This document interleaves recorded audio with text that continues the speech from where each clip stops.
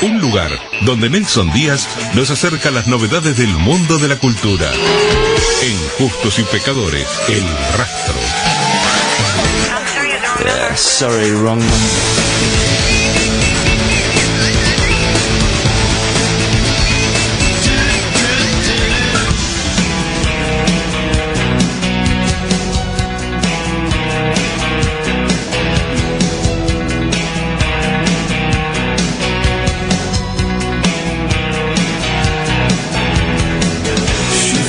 Like a swan,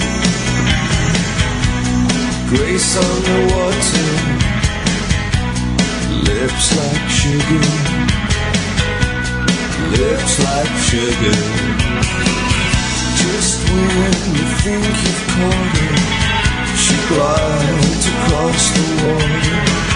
She calls for you tonight to share this moonlight. Flow down. She laughs, can't give her. It's like sugar kisses.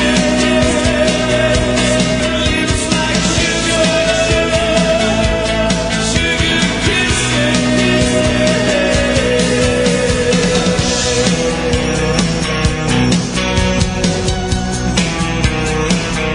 Bien, llegamos con El Rastro. Ahora sí, Ahora sí. Con el sello puesto. Con el sello puesto, escuchando Echo and the Bunnymen, Lips Like Sugar.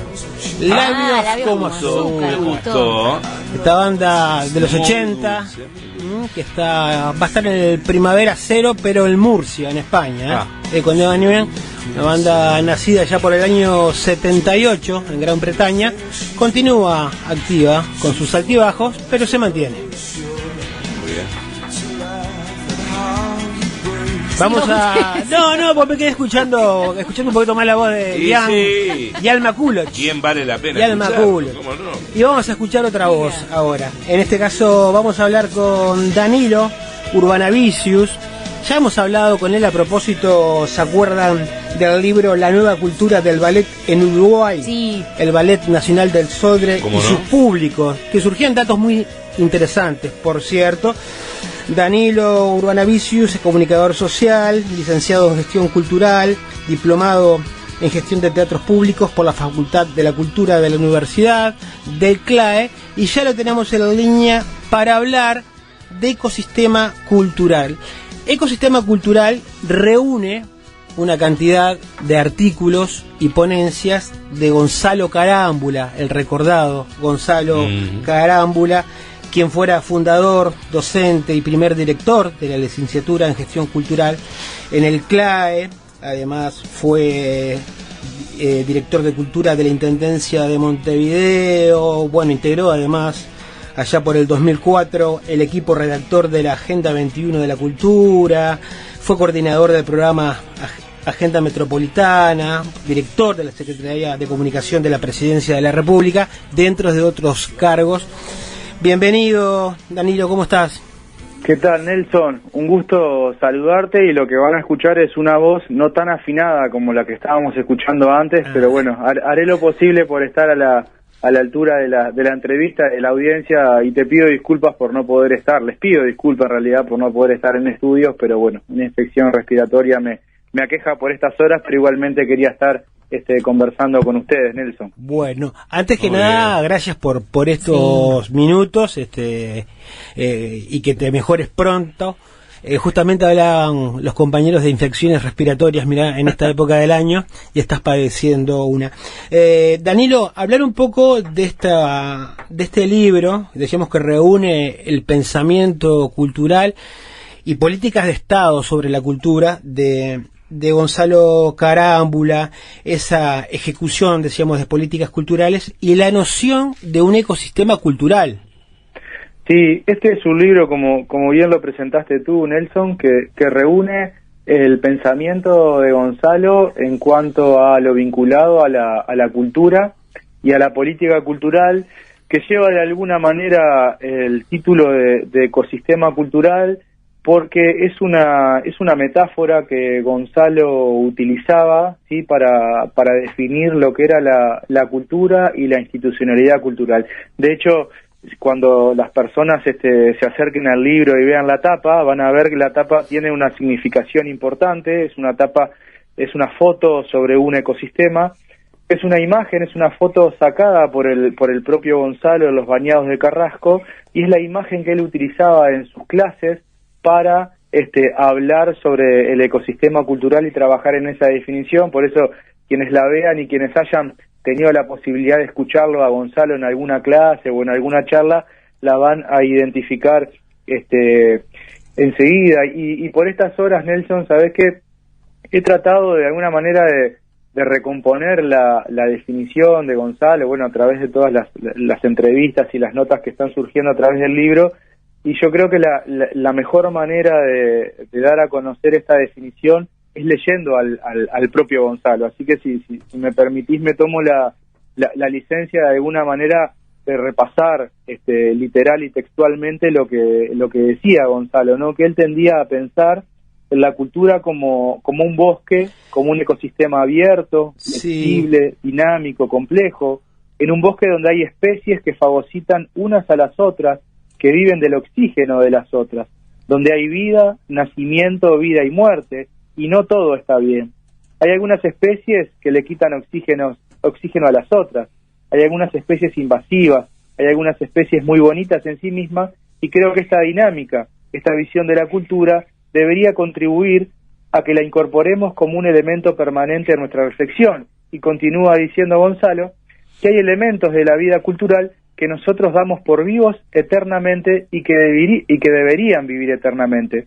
Probablemente haya que intervenir en este bosque y no permitir que se desarrollen algunas especies, o intervenir cuidadosamente, quirúrgicamente, para manejar la vida y la muerte sobre la base de contemplar la biodiversidad, sobre la base de contemplar el bosque, que es lo que más importa, y no rigidizar algunos componentes, como suele suceder en esa visión de patio de adoquines de la gestión cultural. Esto de alguna manera habla de lo que fue el pensamiento de Gonzalo y la visión ecosistémica, pero la visión de también construir políticas culturales más allá de las visiones político-partidarias, que eso fue una de las características que también tenía Gonzalo, esa capacidad y esa impronta personal de vincularse políticamente con otras fracciones, independientemente, insisto, del pensamiento o de la visión política. Ahora que vos, Danilo, hablabas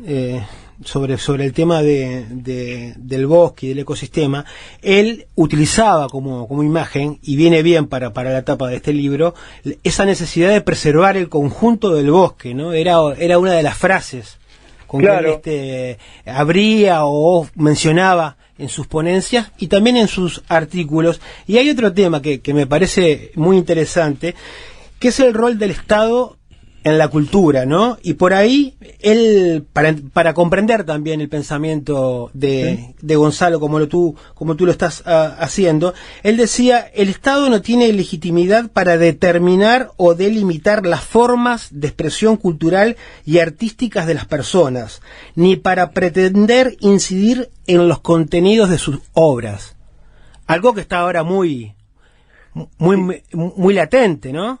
Sí, esa frase que tú estás diciendo ahora, Nelson, se vincula en muchos aspectos en el libro y tiene que ver, entre otras cosas, sí, con el derecho cultural, como él tal y cual lo planteaba, con el acceso a la cultura, con la democratización de la cultura y con la descentralización cultural. Es decir, el Estado es responsable y tiene que intervenir en el acceso a la cultura para garantizar el acceso a la cultura a todos los ciudadanos, pero los ciudadanos, como sujetos de derechos, así como tienen derecho a la educación, a la vivienda, a la salud, también tienen derecho al acceso a la cultura y sobre todo tienen el derecho de ser creadores y hacedores de su propia cultura y no tomar como referencia, como pasa en muchos casos, a un solo tipo de cultura, a una cultura hegemónica, sino ser propios hacedores y constructores de sus culturas. Exacto, él lo que decía justamente era eso, ¿no? Que el Estado debe facilitar y promover la formación artística, no obstante, no debe meterse en el contenido artístico.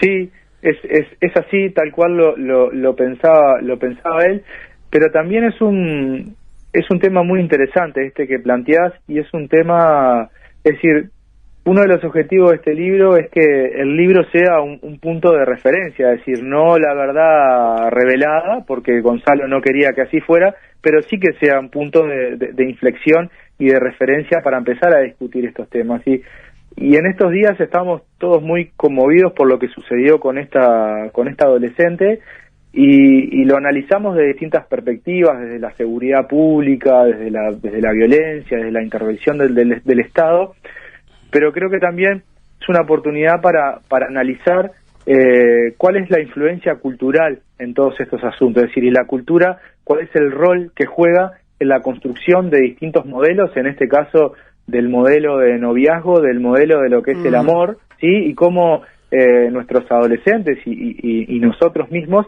accedemos a contenidos culturales que fomentan a construir esos estereotipos, ¿no? Y me refiero, por ejemplo, no sé, a la música, a las películas que miramos. Si uno escucha, por ejemplo, yo tengo 2 hijas chicas, y si uno escucha las canciones, por ejemplo, que se pasan en los cumpleaños infantiles y las dinámicas que se dan, ¿sí? Las letras de esas canciones contribuyen a construir estos modelos hegemónicos en este caso, de construcción de que la mujer es un objeto y que de alguna manera es una pertenencia, y que yo la tomo cuando quiero, y cuando no quiero no la tomo, y cuando no me sirve la maltrato, ¿no? Esto es un ejemplo, y lo pongo porque es muy actual. Entonces hay una necesidad de empezar a discutir estos asuntos y de empezar a buscar cuál es la raíz cultural de este asunto que estábamos hablando recién, de la basura, de la convivencia ciudadana, de la violencia que se da en el tránsito, en la calle, en los liceos, en fin. Sí. Me parece que sería bueno empezar a discutir y analizar los problemas desde una perspectiva cultural. La pandemia fue un caso, Nelson, y si vos te pones a analizar, había un grupo de expertos, ¿no?, que fue muy necesario y que, bueno, está comprobado de que sirvió muchísimo, pero dentro de esos expertos había, por supuesto, médicos y otros profesionales, pero del ámbito de la cultura, creo que en algún momento llegó a haber un sociólogo. Y los impactos que tuvo social y culturalmente la pandemia todavía lo estamos padeciendo. De hecho, la colega y la artista que habló antes hablaba un poco de eso, ¿no? Cómo surgió su obra a raíz de una necesidad de expresarse por un momento que estaba viviendo durante la pandemia. Sí, hay, Danilo, hay otro punto que lo toca en reiteradas ocasiones Gonzalo, que es la diversidad cultural. Y él dice que para respetar esa diversidad cultural es fundamental la descentralización cultural, justamente. Y pone como ejemplo el Teatro Florencio Sánchez en el Cerro, ¿no? La forma de comunicar a la población de ese barrio las obras o las actividades artísticas que ahí ocurren. Sí, eso tiene que ver, Nelson, un poco con lo que hablamos al principio, es decir, hay una tendencia siempre desde quienes dirigen la cultura de llevar la cultura a los barrios, es decir, nosotros desde la centralidad, en este caso puede ser desde Montevideo o lo que fuera, llevamos distintos espectáculos, distintas actividades, porque consideramos que son las mejores opciones para esa comunidad. Pero justamente lo que planteaba Gonzalo, a través del caso del Florencio Sánchez del Cerro, que fue, si se quiere, una de las primeras políticas de descentralización de la Intendencia de Montevideo, por lo menos durante el periodo de Gonzalo, habla de la necesidad de lo que mencionábamos al principio, de que sea la propia comunidad que se apropie de esos espacios y que de alguna manera genere los contenidos, ¿sí?, que van a estar ahí adentro.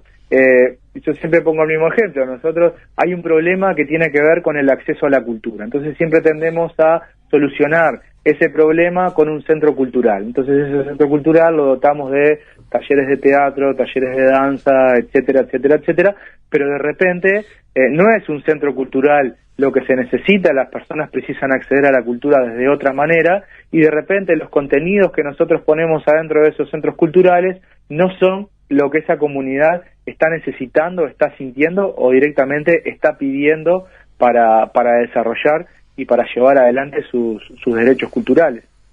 Sin duda, Danilo, el tema da para mucho más, pero agradecerte esta edición que está a tu cargo de estos artículos y ponencias que fuiste reuniendo de Gonzalo Carámbula para mantener vivo su legado, su pensamiento a nivel cultural. Fue uno de los primeros gestores que pensó la cultura a nivel de Latinoamérica, por cierto, sí. Además, y aprender lo que se hizo y lo que aún resta por hacer. Gracias por estos minutos y bueno, pronta recuperación. Nelson, gracias a ti, gracias a ustedes, en realidad también a Camila y a Mauricio, y si me permitís un minuto más, hago una invitación, ¿sí? a las personas que el 4 de septiembre a las 19 horas, el lunes 4 de septiembre a las 7 de la tarde, en la sala Acuña de Figueroa, en el anexo del Palacio Legislativo, va a haber una presentación del libro y también un homenaje a Gonzalo Carámbula, ya que el 4 de septiembre, por ley, ya tiene media sanción del Senado y se está esperando la media sanción de la Cámara de Diputados, va a pasar a ser el Día Nacional de la Gestión Cultural, el 4 de septiembre, ya que esa fecha es la fecha de nacimiento de Gonzalo Carámbula, así que invitamos a participar. La presentación va a estar a cargo de distintas personalidades referidas al ámbito de la política y de la cultura. Ya les voy a poder dar más detalles en unos días cuando se termine de conformar la mesa, pero no quería dejar de hacer esa invitación para el lunes 4 de septiembre a las 7 de la tarde en el anexo del Palacio Legislativo. Muy bien, Danilo, vamos a estar al tanto y atentos además a ese día. Te mandamos un fuerte abrazo desde aquí, desde Justos y Pecadores. Un abrazo para ustedes, que pasen muy bien. Que te mejores, gracias, saludos. Muchas gracias, Camila, gracias, Mauricio.